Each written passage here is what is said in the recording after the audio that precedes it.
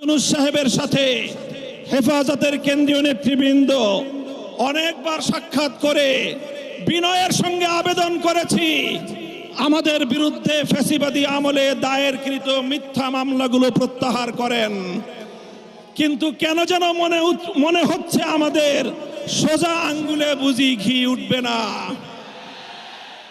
Professor doctor Yunus সাহেব, আপনি কি সে কথা ভুলে গিয়েছেন?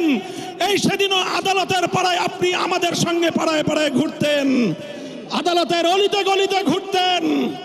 আমরা পরিষ্কার ভাষায় বলছি, আগামী 2 মাসের মধ্যে যদি হেফাজতে ইসলামের বিরুদ্ধে দায়েরকৃত মামলাগুলো প্রত্যাহার না হয়, হেফাজতে ইসলাম বাংলাদেশ সে মামলা বাতিল করার জন্য যা করতে হয় তাই করবে ইনশাআল্লাহ।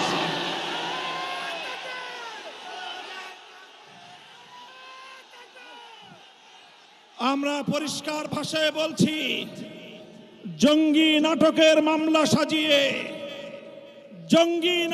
মামলা সাজিয়ে আল্লাহর নবীর প্রকৃত উম্মত, নবী প্রেমিক উম্মত যাদেরকে কারাগারের 4 দেয়ালে বন্দী করে রাখা হয়েছে, যারা নবীর দুশমনদের বিপক্ষে পদক্ষেপ নিয়েছে, তারা গোটা উম্মতের কাছে হিরো, তারা গোটা উম্মতের হৃদয়ের মণি, চোখের মণি, হৃদয়ের প্রশান্তি।